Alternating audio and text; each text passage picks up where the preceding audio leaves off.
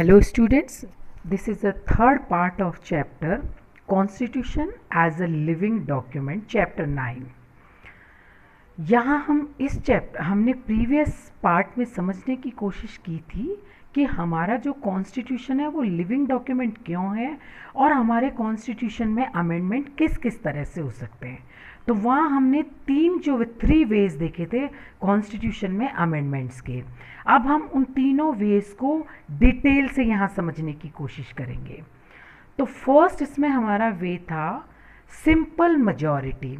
अब simple majority से हमारे कॉन्स्टिट्यूशन में किस तरह अमेंडमेंट्स किए जा सकते हैं। To bring a change in law और a new law it requires a simple majority of members present and voting in parliament that is of more than 50%। अब हमारा जो सबसे पहला तरीका है उसमें किसी भी हमारे बने हुए कानून को या बने हुए कानून में अमेंडमेंट करना हो या नया कानून बनाता हो, तो इसमें सिंपल मेजॉरिटी का मतलब होता है जितने भी मेंबर्स वहाँ पे प्रेजेंट होते हैं पार्लियामेंट में उनको वोटिंग के थ्रू 50% लेना होता है। If 50% are agree on any issue then that law can be change or can be made amendments in that laws. If 120 members are present in parliament, then support of 120 by 2 is equal to 60 plus 1 is equal to 61 members is required to pass the laws. 120 member अगर present है तो वहाँ से हमको 61 members चाहिए होंगे किसी भी लॉ को पास करने के लिए। These are not constitutional amendments and these include formation of new state, altering the areas of state। तो ये जो हमारा सिंपल मेजॉरिटी का मेथड है ये जो हमारे हैं कॉन्स्टिट्यूशन के किसी कानून को बदलने के लिए नहीं है। इसमें जो मैटर्स आते हैं वो सिर्फ यही है कि किसी नए स्टेट को फॉर्मेट करना है या किसी स्टेट के एरिया को ऑल्टर करना है। तो ये जो इश्यूज़ है ये सिंपल मेजॉरिटी के थ्रू कॉन्स्टिट्यूशन में चेंजेस किए जा सकते हैं।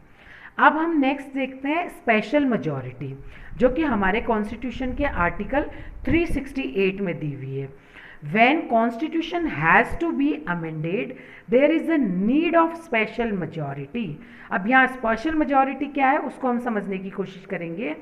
It is the majority of total membership of that house and by a majority of not less than 2/3 of members present and voting in the parliament.